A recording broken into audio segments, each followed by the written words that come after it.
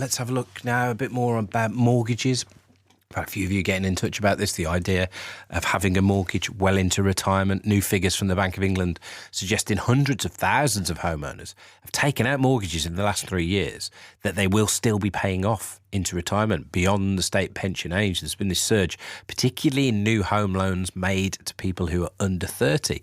The figures emerged from a Freedom of Information request made by the former Pensions Minister, Sir Steve Webb, who's now a partner at the consultancy LCP. And they show how the share of new mortgages with a later end date has increased. Sally Mitchell is a senior broker at the Mortgage Mum. Sally, good morning to you. Good morning. Are you seeing more of these? Yes. In a word, yes. Which is it's a nice way to start the morning, isn't it, with the positive? It's the easiest way for people to reduce their monthly cost on a mortgage, basically. That's what we're talking about. A lot of lenders are making their maximum term at least up to 40 years. And we're seeing people, obviously trying to control that monthly cost. And as I say, the easiest way is to extend the term that they pay it off over. But there's no such thing as a free lunch. What we're always pointing out to clients is the longer your overall term, the more interest you pay in the long run. So it's something that you really need to be reviewing. If it's something that you want to do, you do need to be reviewing it really very regularly to make sure that at the end of the day, you don't pay over the odds, because it's very easy to fall into that trap. I don't know if you have a back of an envelope sort of example of a typical house, Sally, but I just wonder what difference it makes if, say, you're in your late 20s, you've managed to get a mortgage, but you get a 40-year mortgage, so that means paying it off by the time you're done is your late 60s. Getting a 40-year mortgage compared to a 25-year mortgage. On a typical home, what might you be saving a month? Oh, a lot. I mean, for example, if at the moment people who are coming off fixed rates are often coming off obviously quite low ones, 1.5, 1.6, maybe something like that. And we're looking at remortgaging onto probably 4.5, 4.6. If you can squeeze the monthly amount by extending the term to 40 years, you say you could be saving that increase. So £400-500 a month. It makes a huge difference. So people can end up actually, by extending the term, paying the same as they were on the low rate.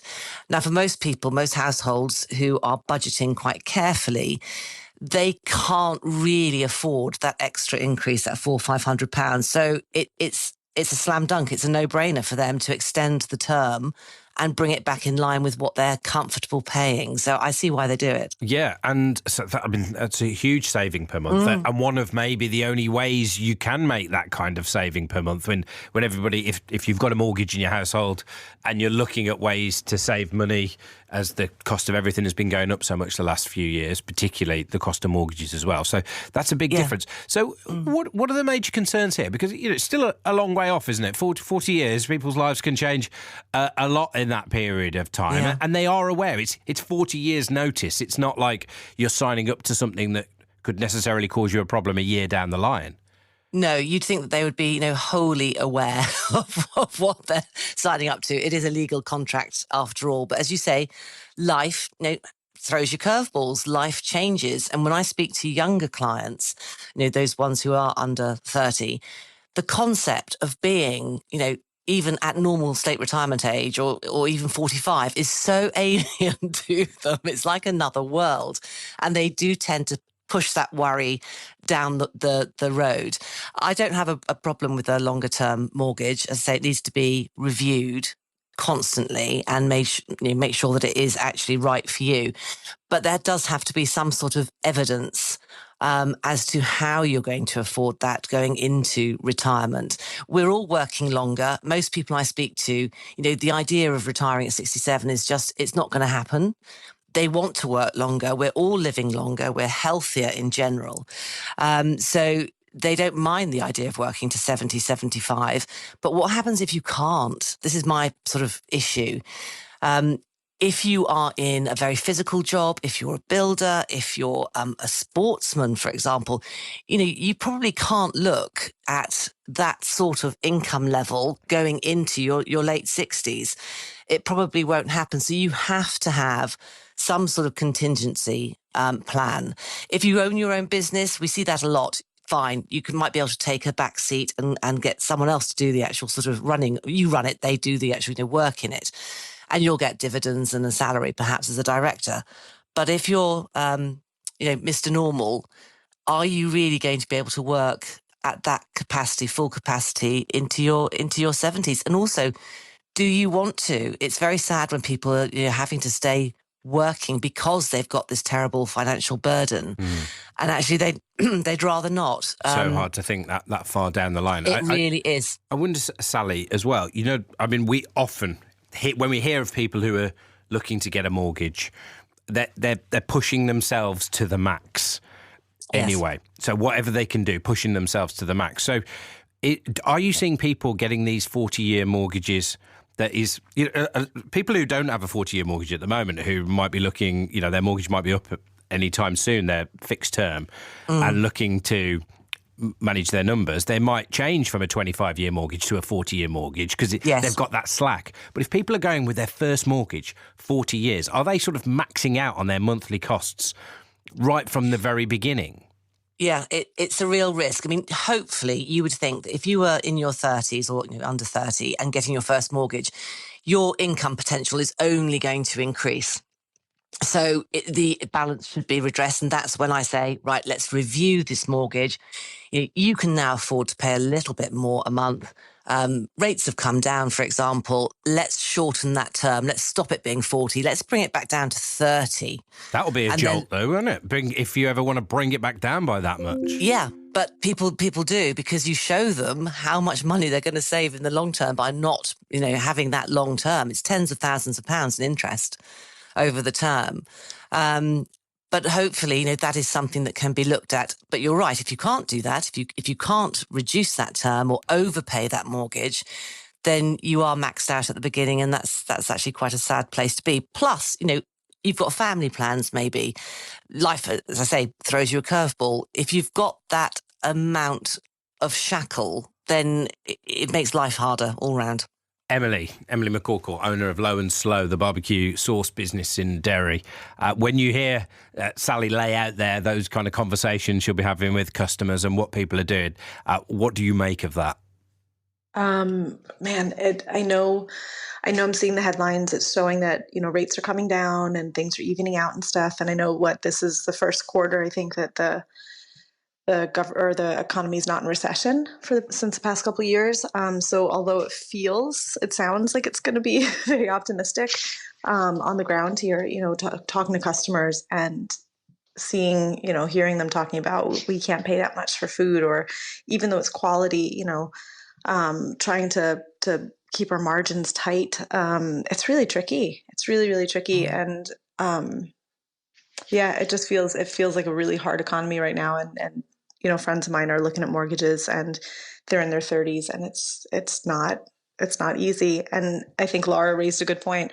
What is the age of retirement now? Yeah. When is that? When is that moving finish line? Laura Lambie, Senior Investment Director at Investec Wealth and Investments. Laura, what's the outlook from your perspective when you look at what investors are thinking might happen to interest rates in the UK now? We know the Bank of England last week decided to not make any changes. Lots of chatter after it, which people pay a lot of attention to. What's the mood as we start the week as to what the Bank of England at least thinks with rates? Well, it's interesting. We had slightly better than expected GDP figures for the first quarter, but still only up 0.6, so technically out of recession. We've had one of the slowest recoveries amongst the major economies of the world. So we need to the Bank of England need to temper that with getting inflation down. And they'll probably look at other economic data, wage inflation. One of the most recent surveys has actually indicated that British employers expect 4% wage inflation over the next year, and that's less than the Bank of England's estimate. So We could be thinking of an interest rate cut in June, but it might be pushed out till August. I think it just depends how the inflation figures look for the next couple of months. But we're looking to get inflation down to about 2% April, May. So if that's the case, we should see interest rates coming down, which will hugely help those that are coming off fixed rate mortgages. It won't help those that are in fixed rate mortgages, but it will help people, it will help businesses, and it will help countries who are also heavily indebted. So let's get interest rates down. I think that's the message from the markets. Sally, before we bid you farewell for the morning, I just wanted to get your thoughts on this story that we've been hearing in the headlines, and people who claim universal credit and who work less than 18 hours a week will now have to look for more work or risk losing their benefits. Part of changes to the welfare system, the government reckons it could save £4 billion a year. Ministers say the changes will encourage people into work. Here's Michael Clark from the Turn to Us charity, who says people with disabilities or mental health problems could be unfairly hit. Anyone who's suffering from a complicated long-term health condition or anything which is limiting the amount of hours they can work is going to struggle potentially to meet the demands of these changes. And again, it could have a drastic impact on their standard of living, on their ability to be able to cope. Sally, I just wonder, with the people you speak to, and you have this insight into people's households, obviously of households that are looking for a mortgage at the minute. What do you make of these changes to universal credit? Well, it's not good, is it? I mean, I speak to a lot of people who, part of their household income is universal credit, and it's hard enough when you've got that as an income stream to get a good rate mortgage. There's a lot of lenders who don't like universal credit. They don't like benefit income of any kind. Others who will look at it will strip out the housing element if you're looking at getting a mortgage. So it's quite a complicated equation to sort of to juggle and to work out. But in my experience, anybody who is claiming universal credit would like to work more and get more money if they could. So it seems a little unfair, without getting political, that people who would if they could are being penalised because they can't. And that doesn't seem right to me. I think it's tough enough. If you're on universal credit, you're not there because you want to be. And you obviously need help, and that help should be extended. Sally, good to talk to you this morning. I appreciate you joining us on Wake Up to Money. Sally Mitchell, senior broker at Mortgage Mom. Now, as